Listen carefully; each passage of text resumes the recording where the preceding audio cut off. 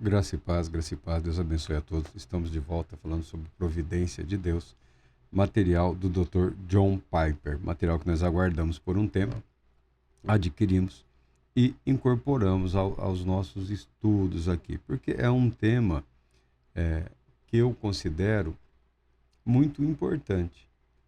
Nós precisamos abandonar a ideia de que vivemos à mercê do acaso ou do destino. Não. Nós vivemos debaixo da graça, da proteção de Deus. E a providência de Deus garante que Deus conduzirá todo o universo ao fim por ele proposto. A definição, o Langston foi um missionário aqui no Brasil, pastor batista, naqueles tempos passados lá, as turmas eram convidadas a elaborarem uma definição sobre Deus, né? Deus é espírito pessoal perfeitamente bom, que em santo amor cria, sustenta e governa todas as coisas. Eu li dezenas de vezes o livro Teologia, Esboço de Teologia Sistemática do Langston. É um esboço, eu usava como material para dar uma purificada, após estudar outras obras, outros materiais mais complexos, porque eu respeito a fé, eu respeito a confiança, eu respeito a humildade, eu respeito o compromisso com a verdade. E o Langston abençoou aí gerações de pastores no Brasil. E ele apresentava essa definição de Deus. Langston é um discípulo do Strong, tá? Teologia sistemática do Strong, que nós também estamos utilizando aí. Então, naqueles tempos, né, os professores provocavam os seus alunos para que eles elaborassem uma definição de Deus. É uma provocação e é uma maneira de forçar a pessoa a concentrar a sua mente nos pontos que são relevantes. Mas falando de providência, a confissão belga, eu li o Heidelberg, mas a confissão belga diz o seguinte: a doutrina da providência de Deus. Cremos que este bom Deus, depois de haver criado todas as coisas, não as abandonou ao destino ou ao acaso, mas segundo a sua santa vontade, ele as dirige e governa de tal modo que neste mundo nada acontece sem o arranjo ordeiro de Deus. Os cristãos têm abandonado esses pensamentos, esses postulados que ajudavam a fortalecer a mente e o espírito das pessoas, tá? Infelizmente, nos dias atuais aí, a dependência não, na verdade é uma idolatria, né? Um desviar das esperanças, da confiança em Deus para uma tal ciência aí, que nós temos até dificuldades para compreendermos que ciência é essa, que conhecimento é esse, que fala acerca de todos e de todos e bem pouco se mostra capaz de resolver em termos de anseios, necessidades, conflitos humanos, tá? Mas há um novo Deus no mercado, aí, há um novo Deus na praça, além da riqueza, né, que é costumeira de sempre, há também aí um Deus ciência, né, um Deus do conhecimento, tá? E muitas pessoas têm voltado os seus corações, as suas mentes para esse novo Deus, que se apresenta como capaz de tudo, inclusive prometendo eternidade em ambientes virtuais, né? Não é nenhuma eternidade real, uma eternidade virtual. Mas algumas pessoas têm se deixado levar por ele. Os resultados são os que nós estamos vendo, tá bom? Tem muita coisa boa sendo elaborada, sendo desenvolvida através do conhecimento científico, prático e objetivo, né? A agricultura, a indústria, o comércio, a área da pesquisa, da mente humana, a neurociência, a neurobiologia, era neurobiologia, agora chamam de neurociência, as ciências sociais aplicadas, a neurobiologia. Tudo isso é muito interessante, tudo isso traz alguns resultados, tá? Mas a nossa fé, a nossa confiança está no Deus, que tudo dirige, que tudo governa, que em seu santo amor como diz aqui na declaração de fé, não permite que nada aconteça nesse mundo sem o arranjo ordeiro de Deus, tá? E nós falamos sobre Abraão, o pai da fé, 4.000 anos atrás, talvez um pouco mais. Deus chamou Abraão e fez com ele um pacto e deu para ele uma ordem, um mandamento, uma ordenança, ser uma bênção. Em Cristo Jesus nos é revelado plenamente a dimensão desse mistério, que Deus abençoou toda a humanidade, tal qual abençoou a Abraão. O apóstolo Paulo é quem melhor discorre sobre esse tema. O apóstolo Paulo é um homem que apanhou de todos os lados, tá? Ele apanhou dos judeus, ele apanhou dos gentios e ele apanhou também dos judeus cristãos, tá? E dos cristãos gentios. Chegou um momento na vida do apóstolo Paulo que ele só enfrentou oposição. Ninguém estava satisfeito com o apóstolo Paulo. Os judeus estavam insatisfeitos, os judeus cristãos estavam muito mais insatisfeitos ainda, e os gentios cristãos, alguns estavam corrompendo os ensinamentos do apóstolo. O fascinante na vida do apóstolo é que ele nunca, jamais desistiu do seu chamado, da sua vocação, porque ele compreendeu que o chamado e a vocação de Deus são parte integrante do plano e do propósito de Deus para a vida dele como um todo. Em Cristo Jesus, na liberdade que há em Cristo Jesus, ele encontrou as condições ideais, necessárias e suficientes para proclamar a verdade de Deus para toda a humanidade. Ele compreendeu isso. Nós participamos das bênçãos de Deus para Abraão. E nós não precisamos nos converter ao judaísmo.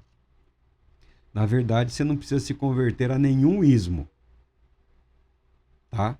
Isso eu tenho que ser sincero, eu tenho que ser franco. Nenhuma EJA, nenhuma igreja, nenhuma peleja. O convite é para que você se arrependa e se volte para Deus, pela fé em Cristo Jesus. Tá? Então, esse é o convite.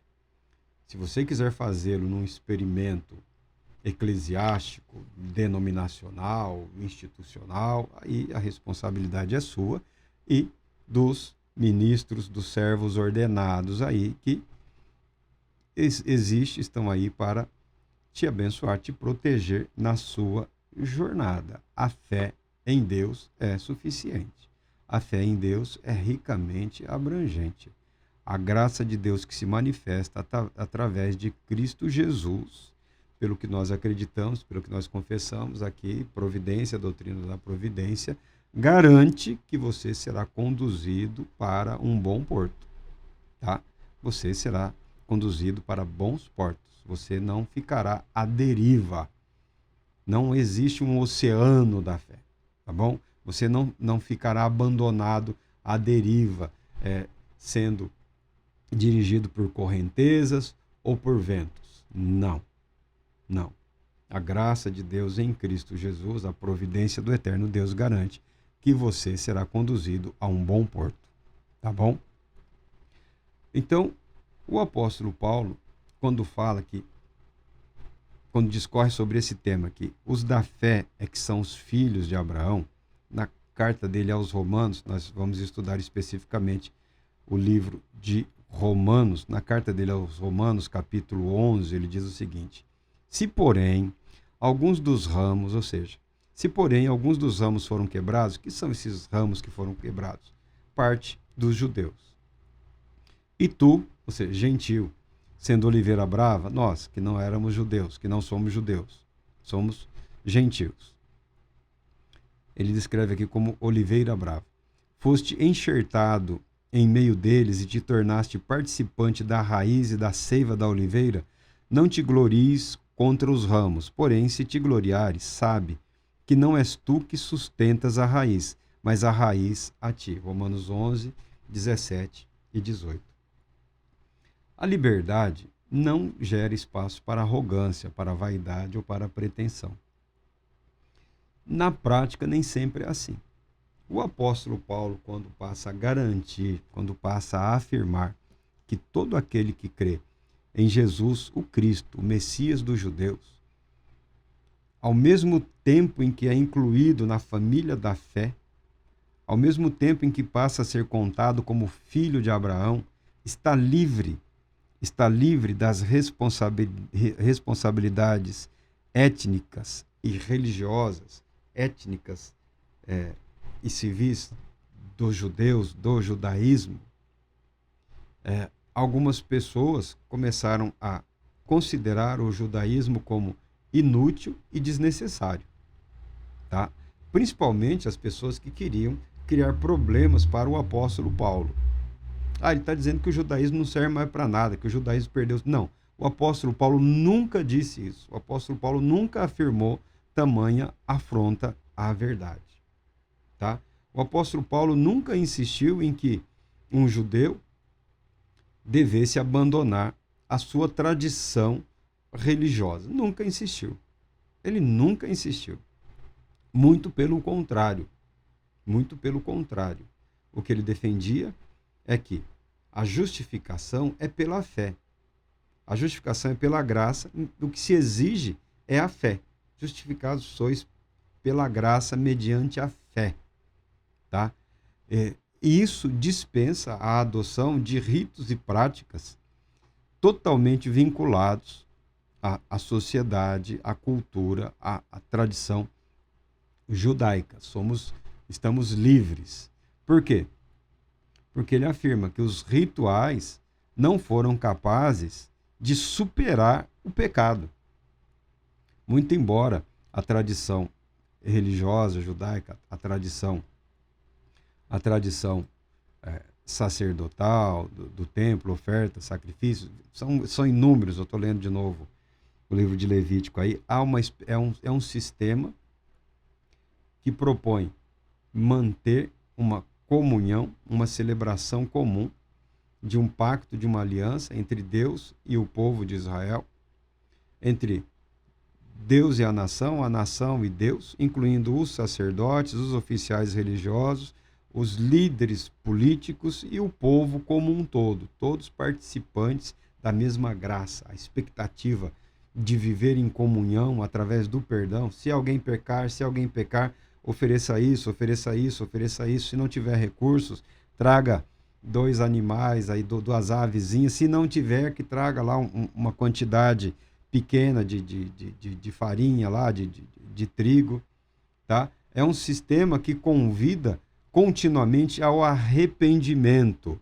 É um sistema que celebra o perdão, que celebra a paz, que celebra as bênçãos de Deus para o povo como um todo. Tá, mas o povo peca, exatamente. E se pecar, existe um sistema religioso, existe um sistema instituído pelo próprio Deus para garantir que o pecador seja restaurado e mantido naquele pacto, naquela aliança, naquela possibilidade de vida santa. Não há espaço para arrogância, para vaidade, para pretensão. É, na verdade, muito bonito. Se você ler com atenção, se você prestar atenção, você verá que o tempo todo o povo é lembrado, é advertido a arrepender-se. Mesmo quando alguém precisa dizer, isso aí que você fez está errado, é pecado, não pode. Então a pessoa vai lá e expressa o seu arrependimento, a sua fé, a sua confiança em Deus. É um sistema que celebra o perdão, que celebra a comunhão. Tá? Mas que não se impõe ao não-judeu, no que diz respeito à participação nas bênçãos de Abraão, que não se impõe. E o apóstolo Paulo aqui, ele chama a atenção desse grupo de cristãos, usando aqui uma espécie de parábola. Eu li alguma coisa sobre essas técnicas de enxerto aqui que eram realizadas no passado. No caso da oliveira, quando você enxerta um ramo de oliveira brava, esse ramo que foi enxertado, ele é assimilado pela árvore e ele produz os frutos naturais, tá bom? Ele é completamente assimilado. Então o apóstolo Paulo está usando essa ilustração do ambiente agrícola, tá? Do ambiente conhecido do povo ali, em Israel e também no mundo grego, tá? E também no Mediterrâneo. Mediterrâneo a cultura da oliva lá é comum a quase todo o Mediterrâneo. Então o apóstolo Paulo está usando esse conhecimento aqui dessa técnica agrícola comum a todas as pessoas para falar da fé em Cristo Jesus. Pela fé em Cristo Jesus, nós somos enxertados na oliveira, ou seja, na descendência de Abraão, em Israel. Agora, que Israel é esse em que nós somos enxertados? Aí a confusão de alguns cristãos. Aí alguns se confundem. Eu observo o Estado de Israel, o novo Estado de Israel. Mas no Estado de Israel, o Estado abriga a nação. A nação é o chamado povo. O povo está passando por um momento de transformação. E nós não sabemos qual caminho será tomado. Esperamos que seja o melhor caminho, aquele que agrada a Deus, que beneficia a todos. Assim como o Brasil está passando por isso, os países da Europa, da América do Norte também, a humanidade como um todo está passando por um momento de decisão, em que somos chamados a decidir. A decidir pelo quê? Pelo que é certo, pelo que é justo, pelo que é agradável a Deus. Não é por A ou B, não é por esquerda ou direita. O convite ao arrependimento é muito mais intenso, é um evento de natureza espiritual.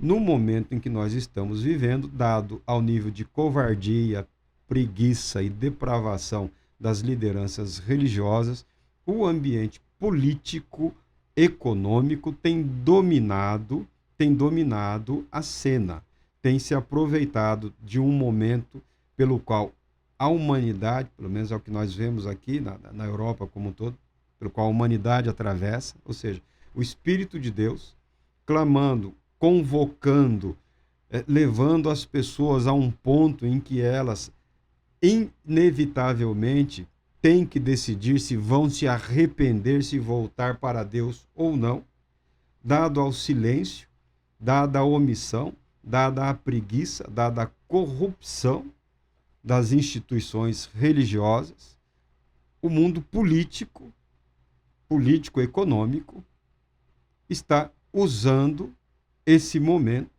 para atrair para si as pessoas, atrair para si as multidões. Não, venha para o partido A, venha para o partido B. Não, esse sistema político, aquele sistema político, esse modelo econômico, aquele modelo econômico. As pessoas não estão observando atentamente que é Deus quem está criando a oportunidade. Este é um momento, há um grande momento. Há um anseio por Deus, há um anseio por paz, há um anseio por verdade, há um anseio por sentido, por significado. Isso é comum, ocorre inúmeras vezes na história da humanidade, na história das nações, na história das instituições, na história das igrejas, tá? Dos movimentos, dos avivamentos. Nesse momento, o ambiente político tomou para si, né? Se adonou das expectativas das pessoas. E os religiosos silenciaram, porque boa parte deles se comprometeram, tanto no passado, tanto agora, com visões políticas e econômicas, tá? Não estão enxergando o momento e a oportunidade para apresentarem a verdade da salvação, o propósito de Deus, o plano de Deus. O plano de Deus é muito superior, vai muito além do que toda e qualquer expectativa política, econômica ou social, boa ou não, que estejam tentando impor nesse momento. É por Deus que a humanidade clama. É para Deus que o Espírito Santo tem convocado as mentes e os corações das pessoas. Não é para este ou aquele grupo político ideológico, tá? É responsabilidade daqueles que assumiram a responsabilidade, quer queiram, quer não queiram, de proclamarem o evangelho da salvação de Deus em Cristo Jesus. Então o apóstolo Paulo fala: que Israel é esse? pela fé, nós somos inseridos nas bênçãos de Deus para Abraão, da qual participa o povo, a nação de Israel. O apóstolo Paulo desenvolve a verdade de que nem todo israelita é parte do Israel de Deus. Nem todo o nascido em Israel tem a sua mente, o seu coração, a sua alma voltado para o Deus de Israel. Tá? Isso era um fato. O apóstolo Paulo não inventou isso.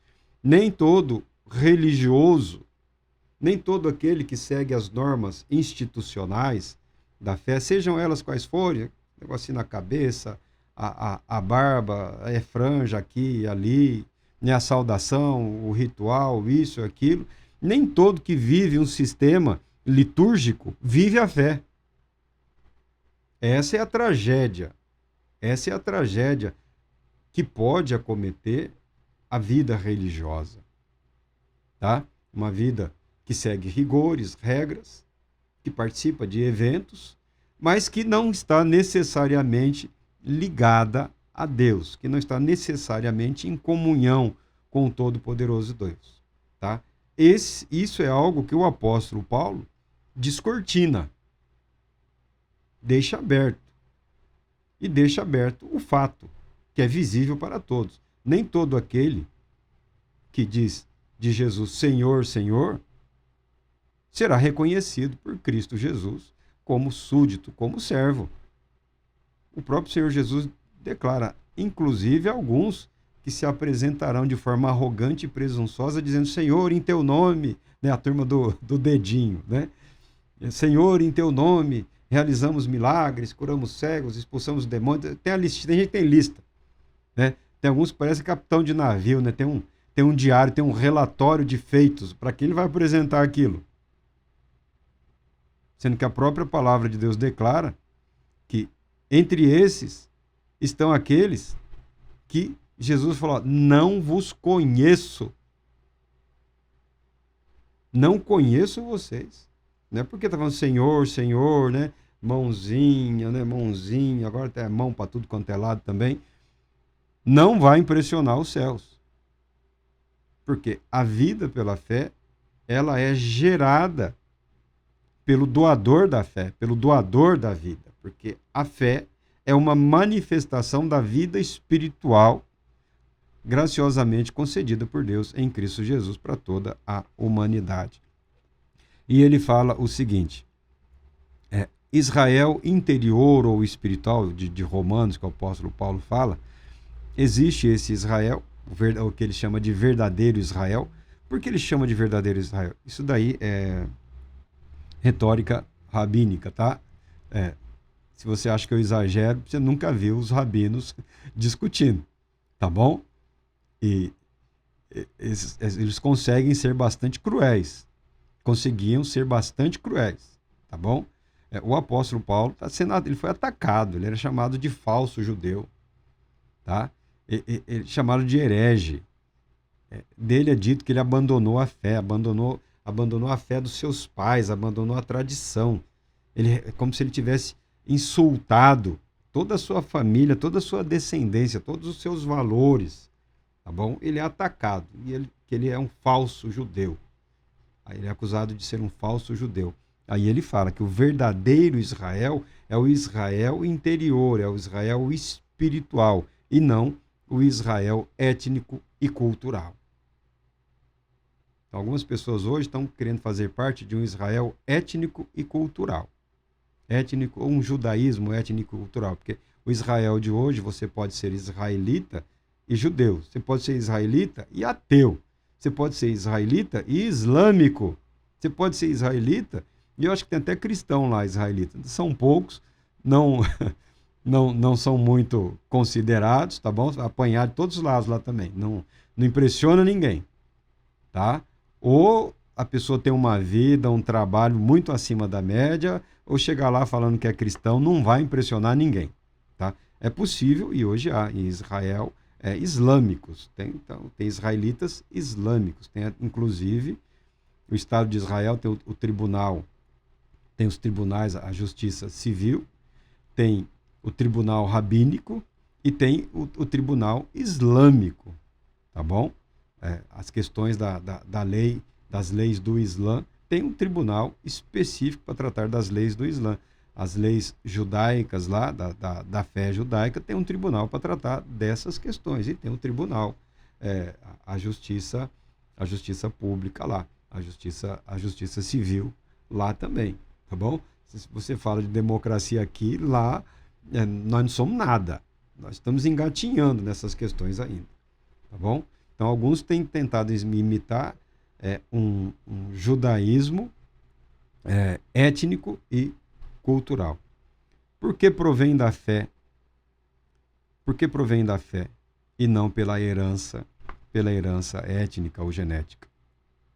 Essa é a razão por que provém da fé, para que seja segundo a graça, a fim de que seja firme a promessa para toda a descendência, não somente ao que está no regime da lei, mas também ao que é da fé que teve Abraão. Esse é Paulo aos Romanos. Provém da fé, para que seja segundo a graça, a salvação, para que seja proveniente da graça. Aí ele diz: porque nem todos os de Israel são de fato israelitas, nem por serem descendentes de Abraão são todos seus filhos, mas em Isaque será chamada a tua descendência.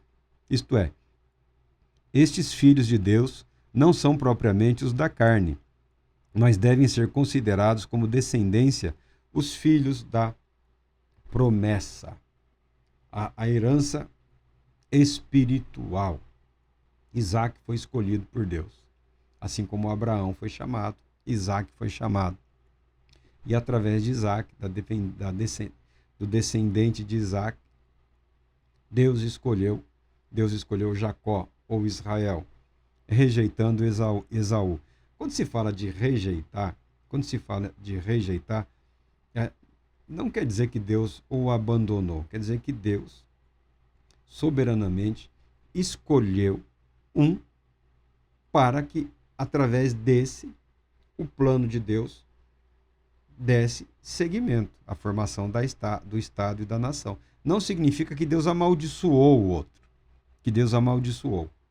tá? Não existe esse pensamento em Deus. O conceito doutrinário não está preocupado em excluir quem quer que seja. Muito pelo contrário, o que a doutrina mostra é que Deus está criando um meio para garantir que a salvação proposta alcance a todos, seja anunciada a todos. E Deus segue um plano.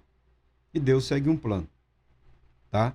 E quando você compreende isso, você encontra a paz, você reencontra a alegria, você é sustentado com esperança, com fé. Você recebe alívio nas suas aflições e nas suas angústias. Ser filho da carne, ou seja, ser etnicamente judeu, não faz de você um filho de Deus. Então, israelita, mas não é por ser israelita que a pessoa é automaticamente um filho de Deus, porque isso é decorrente pela fé. Ao declarar-se cristão, num mundo que as pessoas podem se declarar um dinossauro, um animal extinto ou qualquer coisa, a loucura invadiu a cena e as pessoas estão aceitando a insanidade como se fosse algo comum e rotineiro, com medo de dizerem basta, chega, isso não vai dar certo, nunca deu certo, isso é um problema. Nós não podemos adotar o cinismo dos cínicos, nós não podemos adotar a mentira dos mentirosos, nós não podemos adotar a vaidade e a arrogância dos vaidosos e arrogantes. Nós somos filhos da verdade e precisamos viver a verdade. Não dá para agradar todo mundo. Não existe esse planeta, não existe esse lugar no universo em que você consegue agradar a todo mundo. Ninguém pode ser obrigado a abandonar a sua razão, as suas convicções, a abandonar a sua inteligência, a abandonar milhares de anos de história da humanidade para agradar aventureiros que querem propor aí ilusões, que querem propor aí experimentos grosseiros, deploráveis, experimentos que só estão causando sofrimento, só estão causando angústia, só estão intensificando o sofrimento humano. Veja, um grande clamor por Deus é um grande convite ao arrependimento, aí à fé em Deus que a humanidade está vivendo, tá? É oportunidade para o cristão viver a fé. Dizer, ó, Deus é a resposta. Isso que você está vivendo aí é Deus te chamando ao arrependimento, te chamando a voltar-se para Ele, a entregar a sua vida a Ele, a confiar em Deus, a arrepender-se para Deus, que é o seu Pai, que é o seu Criador, que é o seu Senhor, que é o garantidor da sua vida, da sua existência, é aquele que tem um plano para a eternidade com você. Esse é o momento, esse é o melhor momento, tá? E o apóstolo Paulo, discorrendo sobre isso aí, a descendência física de Abraão não torna as pessoas filhos de Abraão, no sentido espiritual e salvífico. Todos somos filhos de Deus, sim. Amém. A Bíblia jamais negou isso. A Bíblia jamais negou isso. Deus justo e santo amoroso não forçará a quem quer que seja a viver como tal. Mas ele apresenta o convite, a proposta, ele chama. O meu filho vive assim. O meu filho me agrada. O meu filho me obedece. O meu filho me serve. O meu filho está ao meu lado. Nem todo Israel é Israel, mas alguns gentios podem ser considerados descendência por meio da fé no Messias. Eles pertencem ao verdadeiro Israel. Não estou negando o Estado de Israel. Em termos de política econômica aí, do Estado, da nação de Israel.